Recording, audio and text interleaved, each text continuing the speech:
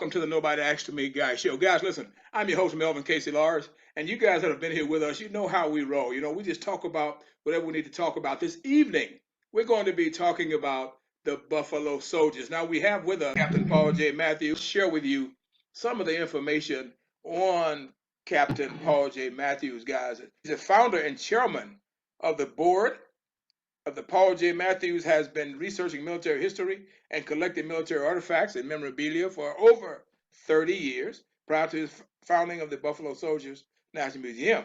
This is the only museum in the United States that chronicles the entire African American military experience from the Revolutionary War to the Persian Gulf War. Now, the primary objective of the museum was to preserve, promote, and perpetuate the honor and legacy of the brave men and women who fought, bled, and died in defense of America.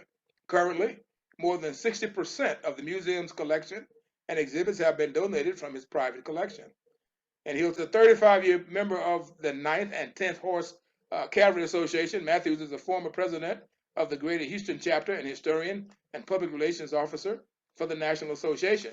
Now, Matthews received a BS in biology from Prairie View A&M University. Go Panthers!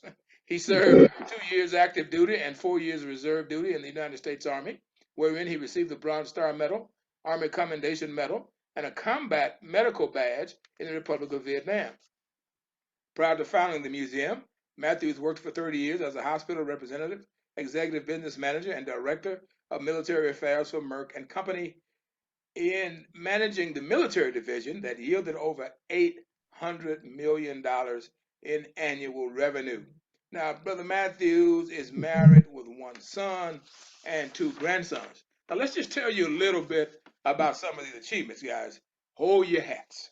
He's a recipient of a 2003 Congressional Black Caucus Veterans Brain Trust Award for Community Service, chairman of the 137th Anniversary Reunion of the Buffalo Soldiers, 2003, established the Veterans Oral History Initiative, collaboration with Texas Southern University, University of Houston, and the Library of Congress, primary mentor and instructor for the University of Houston American Humanities Certification Internship Program at the Buffalo Soldiers National Museum, recipient of 2005 Houston Rockets Clutch Champion Award, recipient of 2005 NAACP Community Service Award, recipient of 2005 American Legacy Magazine Museum Presentation Award, recipient of 2006 National Education Association's Carter G. Woodson Memorial Award, recipient of 2008 YMCA Houston Minority Achievers Award, recipient of 2008 National Women of Achievement Shining Star Award, recipient of 2008 Top Ladies of Distinction Achievement Award, recipient of 2008 Freedom Foundation at Valley Forge George Washington Honor Medal, recipient of 2009 Houston Frontiers Club 21st Martin Luther King Jr. Drum Major Award, recipient of 2010 Cowboys of Color Hall of Fame Multicultural Museum, Fort Worth, Texas, recipient of 2011 Houston Convention and Visitors Bureau Preserving Our Heritage Award, recipient of 2012 Houston Press Mastermind Award, District Chairman 2013 W.L. Davis District Boy Scouts of America, recipient of 2015 Daughters of the American Revolution Distinguished Serviceman Award, chairman of 150th Anniversary Reunion of the Buffalo Soldiers, 2016, recipient of 2015 Prairie View Interscholastic League Meritorious Achievement Award, commissioner 2019 Fort Bend County Historical Commission. And yes, guys, this is just a tidbit. This is one person. Yes, it is. Before you ask me any questions, yes, this is all one person. And that's what we share with you guys. On the Nobody Asked Me Guy show, we want you to have quality individuals that you have the opportunity to meet with, to speak with, and to hear from. Now, tonight, I hope you are excited as I am, because I'm a huge fan of the Buffalo Soldiers. My now deceased uncle, Mr. Ernest Lars, was a huge fan. I knew what to get this brother for every Christmas or whatever I was getting. It'd be a picture of the Buffalo Soldiers or a statue or something. So we are big fans. Now, without further ado, brother Paul J. Matthews, how are you, sir? Doing fine. Thanks for that pleasant introduction. Well, thank you, my brother. Listen, we feel very strongly on the Nobody Asked Me Guy show that we should talk and share with our audience about the awards that are given. Why would we do that? Very simple. Because if you've earned it, then it should be known. I guarantee you, my brother, my motto is this: if you were a criminal, they would know everything about you. So, since you have done all these magnificent things, they need to know everything about you that we've shared. Thank you. Now, the Buffalo Soldier Museum. Normally I think that I know things about the Buffalo Soldiers because my uncle taught me so much about it when I was young, and we talked so much about it. But I don't know anything because when I started to research and look at, I'm going, wow. I kept saying, wow, wow, wow. So I want to be quiet a moment and ask you to kind of share with us and lead us into what we'll be discussing tonight. Okay, first of all, I think we should talk about the the museum. The museum opened January the 5th of 2001. We focus on and feature the Buffalo Soldiers, but in actuality, we give a perspective on the African American military experience from 1770 to 2000, or from the Revolutionary War to the Persian Gulf War. If you talk about personalities from Christopher Sadix to Colin Powell. And our mission is to preserve, promote, and perpetuate the honor and legacy of the brave men and women who fought, bled, and died in defense of America. And we want the world to know that. So where do you start the story of the Buffalo Soldiers? Well, you start at the beginning.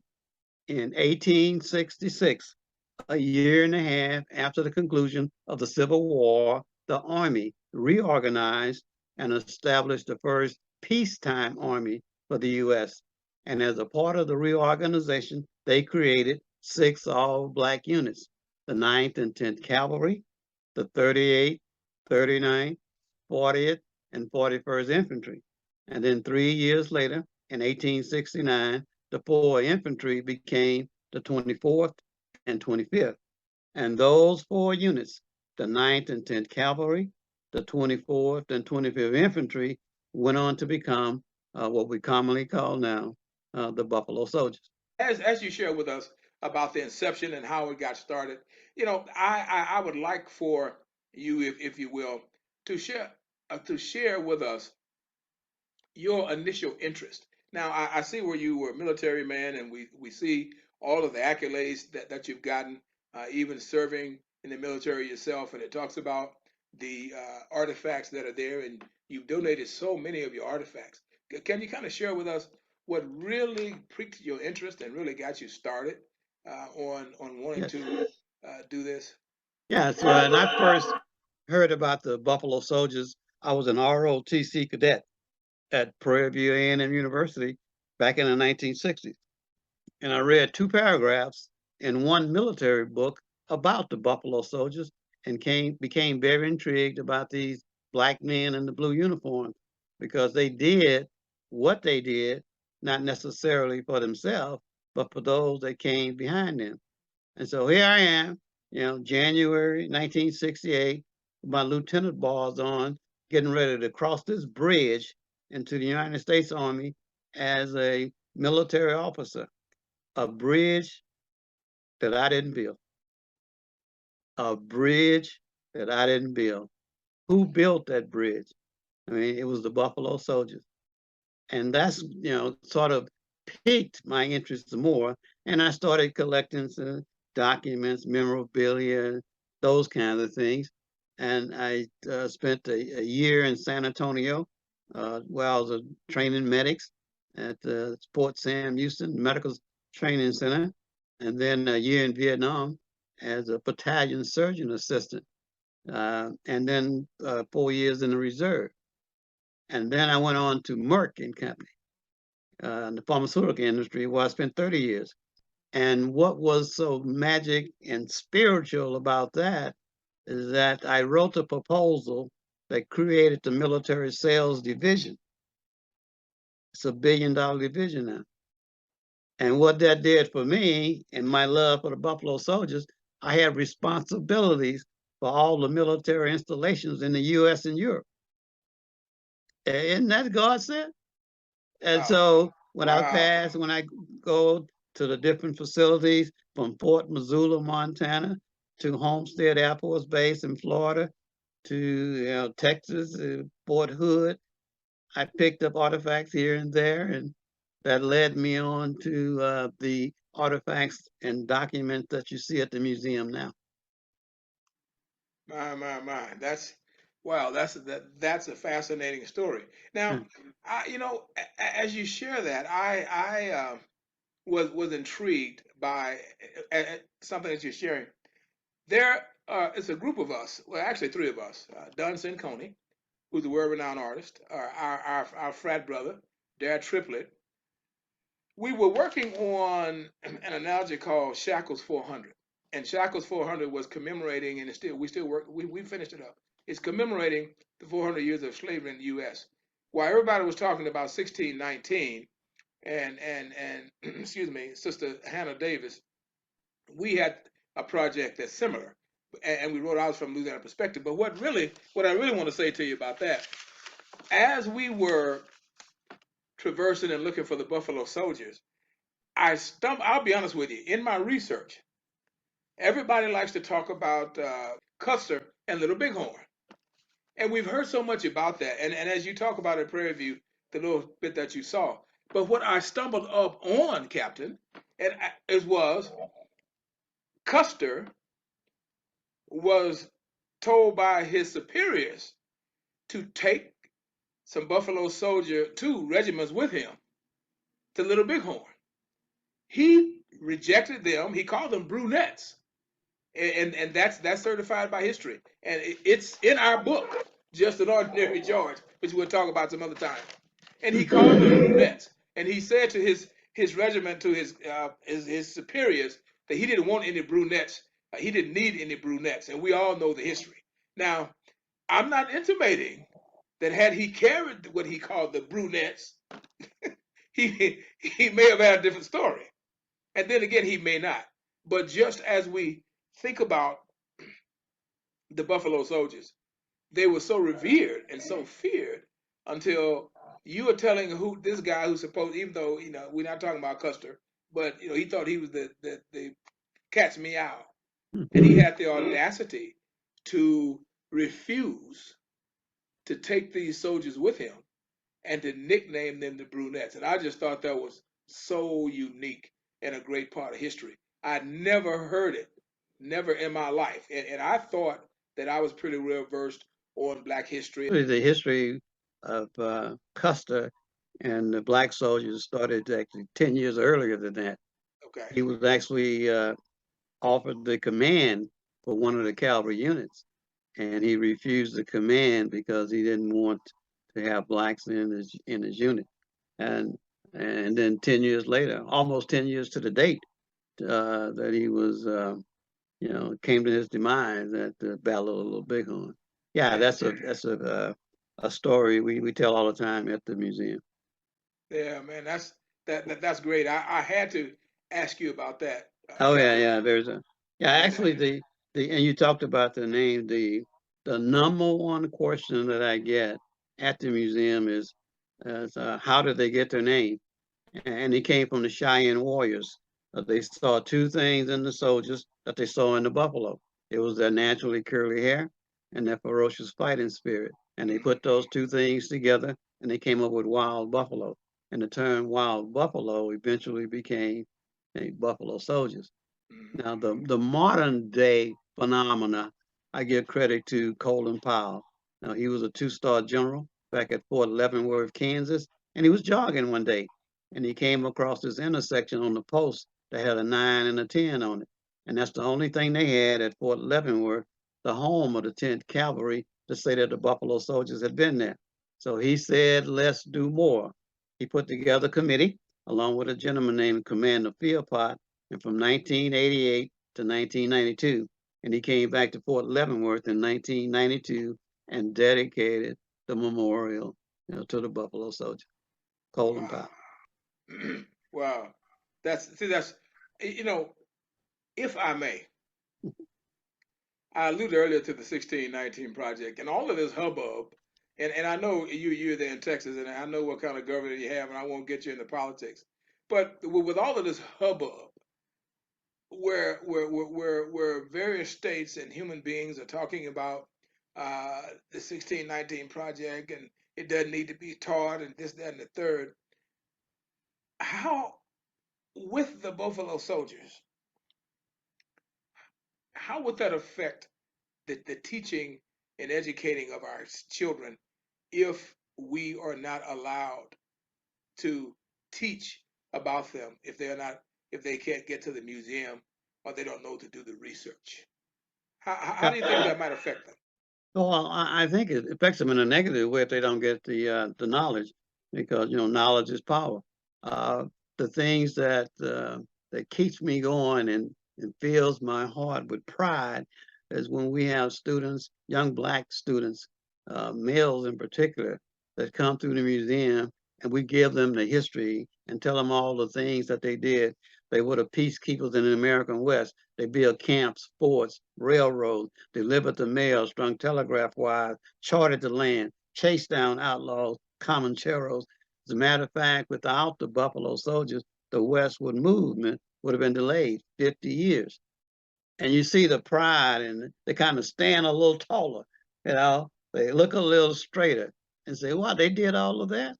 And so those are the kinds of things that makes teachers, instructors, or historians keep going, because you're making a positive impact when you spreading the word and getting the truth out.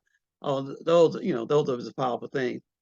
And then you talking about the number one question I get from Europeans that come to the museum, because we get them from England, France, and Germany, and they tell me, we came to Houston for this museum. And that's very powerful, That is because powerful. you have the Museum of Fine Arts, you got the Medical Center, you got NASA. I mean, it's like we came here so we can visit, because those soldiers were in World War I and World War II. You know, so they say the next question to me is, why did the Black man stay so patriotic to America in the face of segregation, discrimination, lynching, and all the other things? And I take them to Frederick Douglass. Frederick Douglass said at the start of the Civil War, and I'll paraphrase, give the colored man a uniform, a buckle with the U.S. on it, a button with an eagle on it, and a musket, and you will make him a citizen, but you also make him a man. Because what he was trying to do was make sure the Civil War was being fought for freedom and not just to save the Union. And the only way you can do that, you have to put the Black man, the blue uniform, and we have pictures and exhibits that demonstrate that. But I'm so happy that you're sharing that and that you're bringing that out, because that always bothered me when I'm going, wait a minute. You tell me if I fight with you to keep myself and others like me enslaved, I'm talking about the people in the South, you'll give me my freedom. And I'm going, that made no sense. So as you express what you've just expressed, it makes it clearer, because there was the psychological faction here is that I'll have my freedom, I'll be a man, and my thinking, because I want to think this way, is that then I could help free others. Right. And go ahead. That's exactly, I also tell the students that when they ask about the same question that you do, why did they do that? So if you were Black in America prior to the Civil War, you were basically doing three things: picking cotton, cutting sugar cane, working in the tobacco fields, working in rice paddies. Guess what you were doing after the Civil War? Picking cotton, cutting sugar cane, and nothing really changed. So the military for these individuals was an opportunity, to leave that particular environment. It was an opportunity to get a piece of the American dream. It's an opportunity to wear the uniform something that everybody respected. You know, they had a job. They were adventure out in the West. So these were all the things that were available.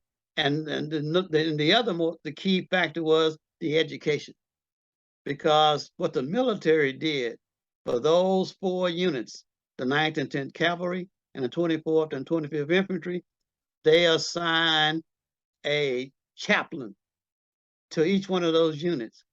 And the chaplain had a dual responsibility for the telling of the gospel, but also for education. And that was very powerful. And many of those men got their education in the Army through the chaplain. That's interesting. That's very interesting because we often hear stories of heroic undertakings, and most people have heard, most of not all, have heard about the Tuskegee Airmen and things of that nature. However, it because of and correct me if I'm wrong, because of all of the stories bouncing around, even because I used to love to watch westerns.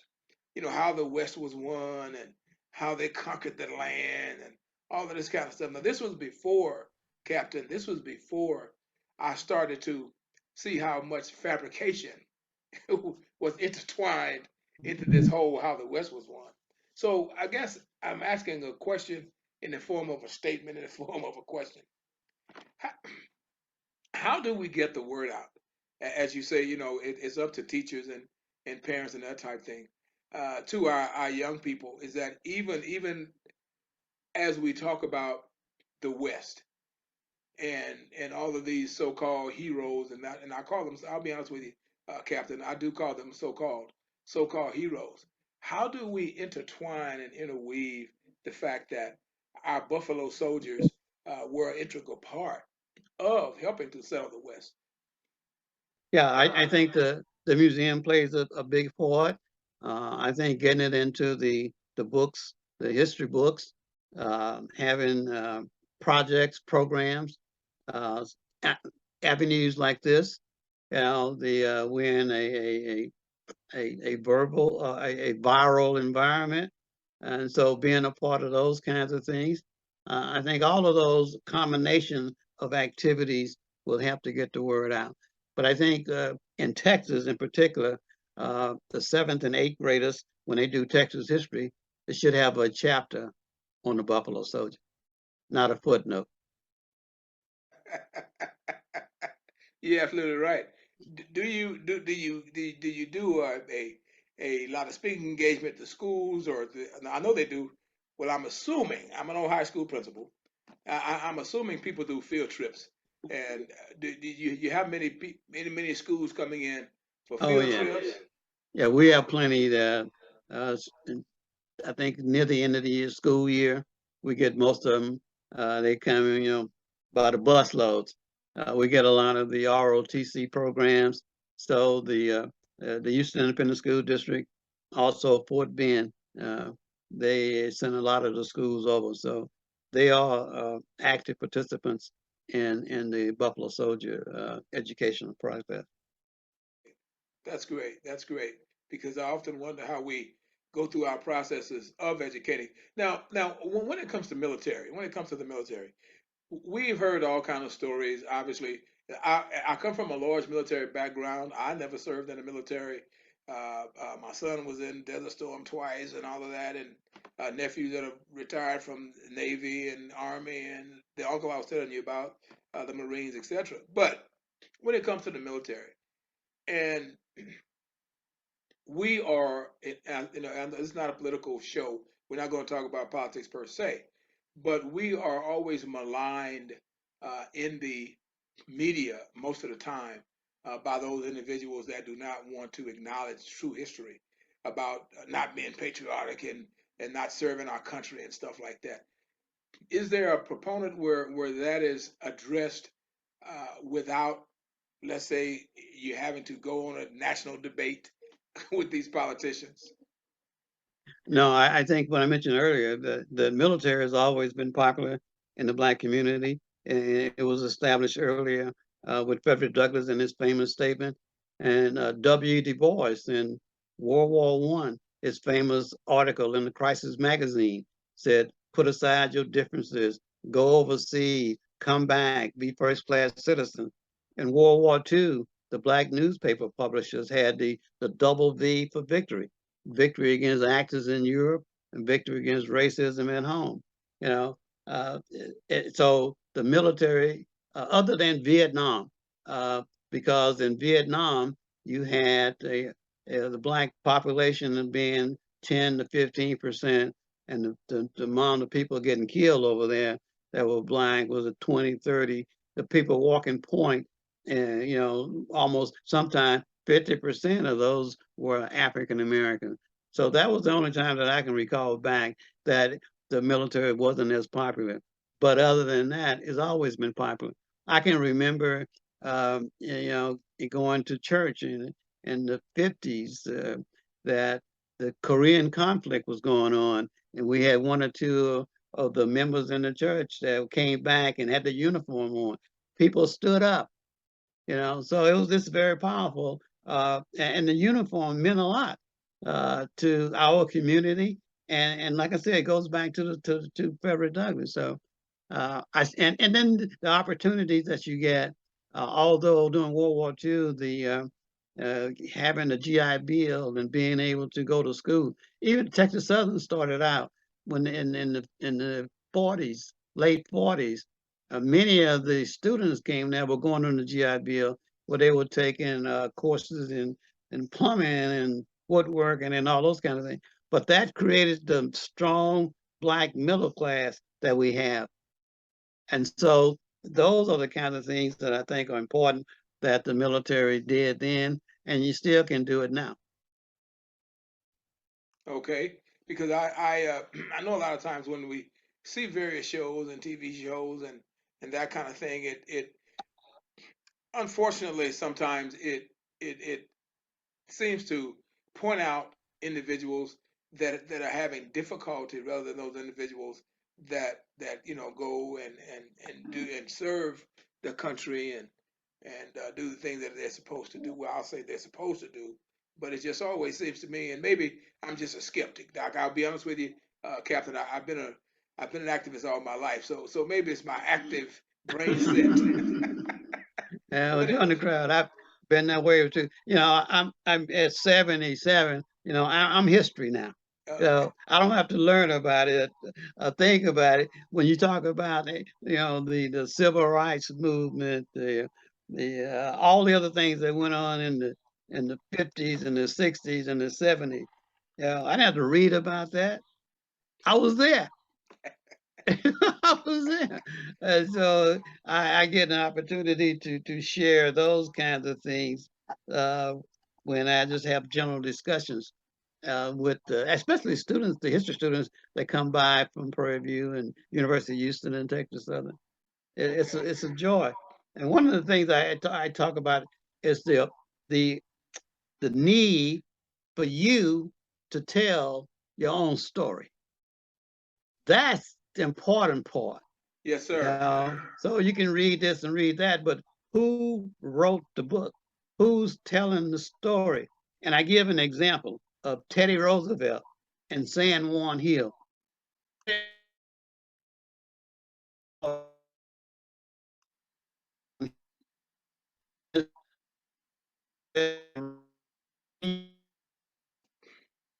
On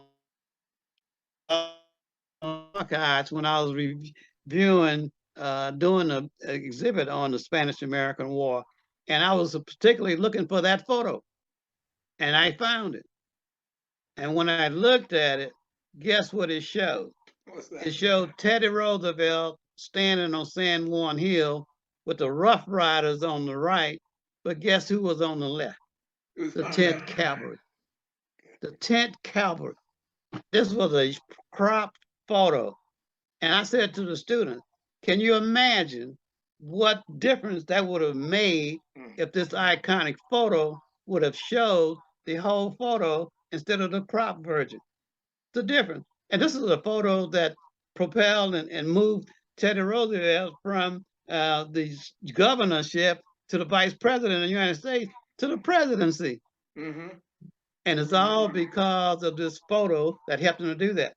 And it included people that looked like you and me, but it wasn't shown. Classic example. And that's wow, wow. Thank you for sharing that with us. That's what I say all the time is that I lived it. And you don't look close to 77. I'm 69. But you see, and that's what happens so many times when you try to talk to young people that think they are past all of this, and we sit here at 2022, and you're having to have a January 6th hearing, and you have all of these things right now. But in that making that statement, do you find in your time at the museum or just in your life encountering students that think they have somehow progressed past needing to know their history? No, I think they all have a desire. You just have to create the interest. Uh, and many of those, especially when the history classes come in, they all seem to want to know more. But there are others that preoccupy with other things. So I think it's important that we as teachers, instructors, uh, docents, create that desire, and with the knowledge that we have. Yeah. That's good. I'm happy that you experienced that, because I will speak personally to that as I ask you that question. I have been angered, unfortunately, so many times with my 38 years in education to unfortunately have come across kids that it's almost like it's an insult to them to try to educate them as to the real history. They want to cling to the fabricated versions that they've been taught, and sometimes it can be very disheartening. And I just wondered if you had, many kids that you've encountered that have Yeah, shown that attitude. I used to try to get them in the frame of mind. I make them all Buffalo soldiers, make them spiritual descendants. You know, there are three ways to be a descendant of the Buffalo soldier. You can be a bloodline descendant, which needs no explanation. It basically means that you're a relative of a Buffalo soldier. Or you can be a regimental descendant, which means that you came from a unit out of the 9th or 10th or 24th or 25th Infantry. Or you can be, like me, and 25,000 other students in the greater Houston area. You can be a spiritual descendant. And in my humble opinion, being a spiritual descendant is far more important, because it means that you made a conscious decision that you believe in the three basic principles that the Buffalo Soldier stood for. And those three principles are honor, valor, and courage. And at that point, I usually have them raise their hand and repeat after me. And I'll do with you, Melvin. Repeat after me. I believe in I believe in honor, honor, valor, valor, courage. courage. Give yourself a hand. You are now a spiritual descendant of the Buffalo Soldier. Well, hey, So those are the kinds of things that I do when students come in to get them involved. We have a large group. I break them up into different companies: Alpha, Bravo, Charlie, Delta, Echo, and we kind of make it a fun kind of thing. And so they're more enthusiastic about hearing about what we saying. yeah. Wow, that's intriguing. Well, listen, I don't want to hold you all night. You I, certainly have given us a wealth of information. And are there any closing statements you'd like to make? And certainly tell us how we can contact you and or the museum. yeah, the museum is at 3816 Caroline Street, between the Texas Medical Center and downtown. It's actually on the campus of the HCC Central. You go to buffalosoldiermuseum.com online. And when the students in here, I always close my presentation by reciting a poem. It's entitled God's Minute, written by Benjamin Mays. Benjamin Mays is a former president at Morehouse College in Atlanta. The poem simply says, I have only just a minute, only 60 seconds in it. Forced upon me, didn't seek it, didn't choose it, but it's up to me to use it. I must suffer if I lose it, give account if I abuse it, just a tiny little minute, but eternity is in it. And my challenge to all the students and to all of your listening audience, what do you plan to do with your minute? God bless you. Wow. Well, listen, Captain Paul J. Matthews, it's certainly been a great pleasure having you on the Nobody Asked Me Guy show. I look forward to speaking with you again, but I'm definitely going to get back down to Houston and visit that museum, and hopefully I will get to speak. As a matter of fact, I will be sure to make contact to make sure that you'll physically be there when my wife and I make our trek down to Houston. It's certainly been a pleasure having you here, kind sir, and feel free at any time to contact us and we can do anything to assist, to share, to follow up even more with the museum. Thank you, my good brother. Achievement. And have a great night. Thank you.